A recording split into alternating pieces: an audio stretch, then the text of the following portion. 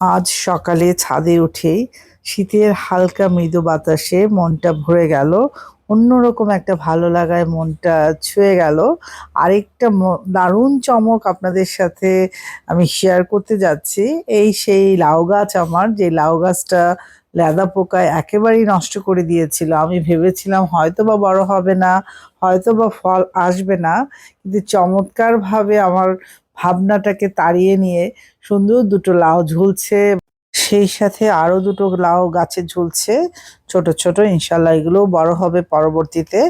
আমার এই পাশটায় চন্দ্রমল্লিকার কিছু চারা রেখেছিলাম, সূর্যের আলোতে ঝিকিমিকি করছে। যাই হোক, মনটা মানে এতটাই এতটাই আনন্দে ভরে গেল, কি আর বলবো।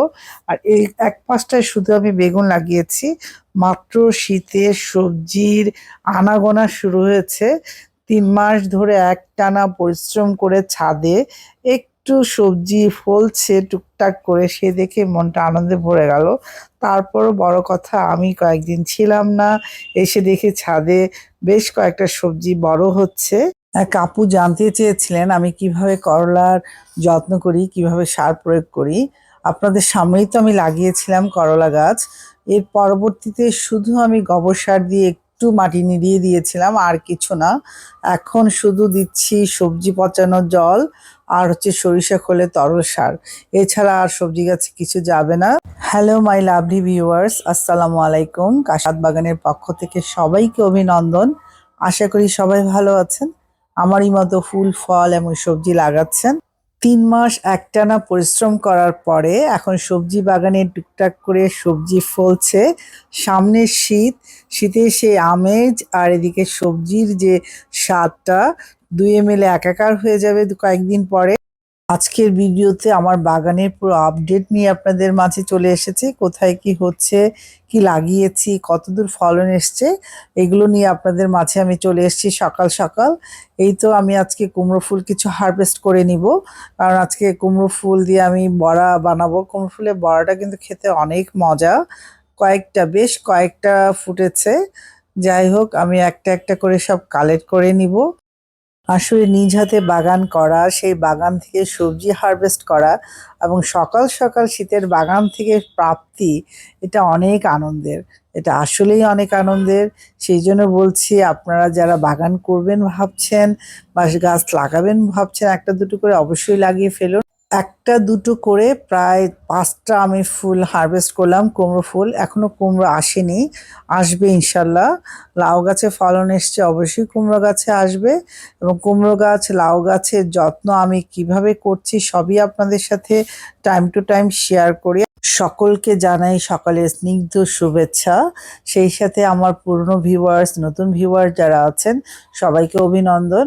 আমার পুরো ভিডিওটা দেখার অনুরোধ রইল এবং সেই সাথে একটা লাইক এবং সাবস্ক্রাইব করে আমার পাশে থেকে যাবেন আশা করি। যাই হোক, আজকে বাগান থেকে আমি অনেক পুঁইশাক হারভেস্ট করব। সেই পুঁইশাক আমি আজকে চিংড়ি মাছ দিয়ে রান্না করব। এখন শীতের সময় পুঁইশাক আর ভালো হবে না, যতটুকু হবে যতটুকু থাকবে। এখন ফুল আসার সময় হয়ে গেছে, ফুল আসবে। সেই জন্য আমি যতটুকু পারছি হারভেস্ট করে নিচ্ছি এবং ছোট করে দিচ্ছি। এবং এর সাথে 4-5টা গাছের বেশি আর আমি রাখবো না। বাকি যে টবগুলো খালি হবে অবশ্যই সেইটাতে টমেটো, হয়তো বেগুন বা অন্য কিছু আমি লাগিয়ে দেব।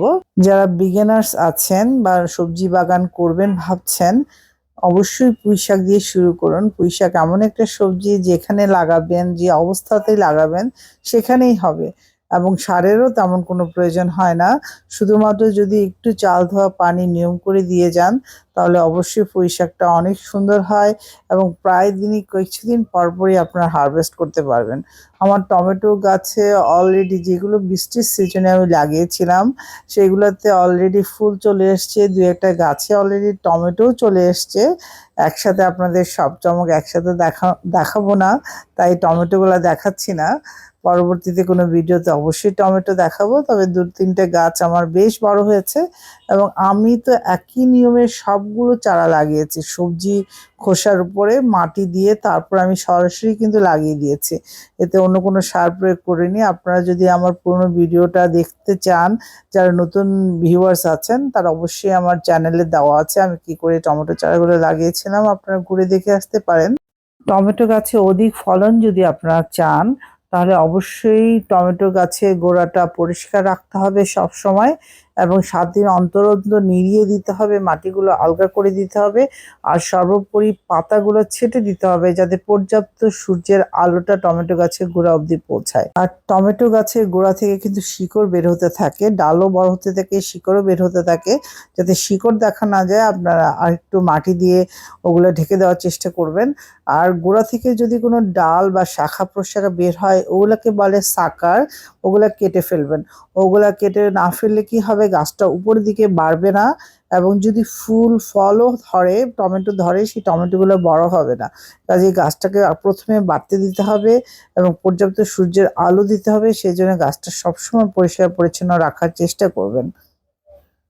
আমি প্রতিনিয়তই করার চেষ্টা করি, এবং পরিষ্কার করে রাখার ফলেই যে কাজটা হয়, পর্যাপ্ত ফলন আমি কিন্তু পাই টমেটো থেকে। এবং টমেটো গাছ প্রচুর ক্যালসিয়াম পছন্দ করে। আপনারা ডিমের খোসা গোড়ায় দিতে পারেন, বা লিকুইড দুধটাকে পানির সাথে ডাইলুট করে সবসময় 7 দিন অন্তর অন্তর ছাড়া ছাড়া সেটাও দিয়ে যেতে পারেন, তাহলে টমেটোর ফলনটা ভালো হবে। ছাদের অন্য পাশটাতেও প্রচুর পুঁইশাক হয়েছে, আমি সেগুলো হারভেস্ট করব।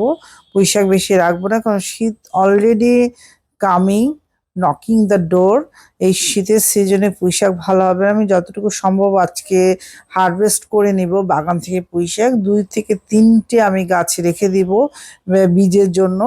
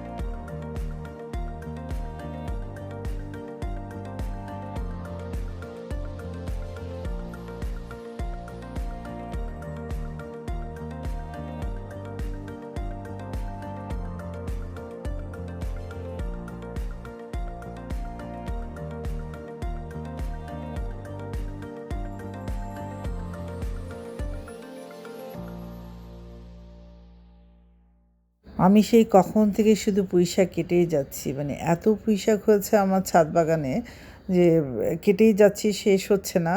আজকে যতটুকু পারি সব কেটে উঠিয়ে ফেলবো, কারণ আর রাখা যাবে না। 2-একটা টব যদি খালি হয় তাহলে আমারই লাভ।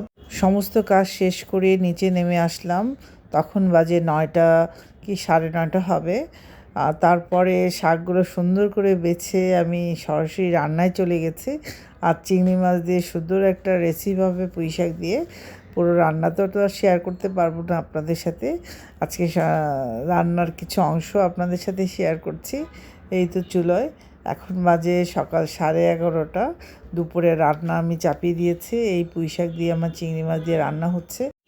আমি কিছুদিন ছিলাম না, হঠাৎ করে ছাদে উঠে দেখি একটা পেঁপে পেকে আছে, একেবারে হলুদ হয়ে আছে।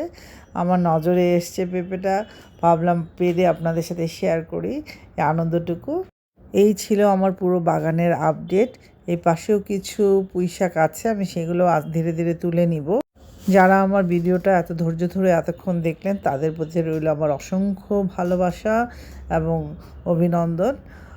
আশা করি সবাই ভালো থাকবেন। আজকে এই দিয়ে শেষ করছি আজকের ভিডিওটা। পরবর্তী কোনো ভিডিও নিয়ে অবশ্যই আপনাদের মাঝে উপস্থিত হব। আরেকটি কথা, অনেকগুলো চারা নিয়ে এসেছি শেরপুর থেকে, সেগুলা নেক্সট ভিডিওতে আমি কি করে রিপোর্টিং করছি সেটা নিয়ে আমি আপনাদের মাঝে অচিরেই চলে আসব, নাহলে আমার চারাগুলো নষ্ট হয়ে যাবে।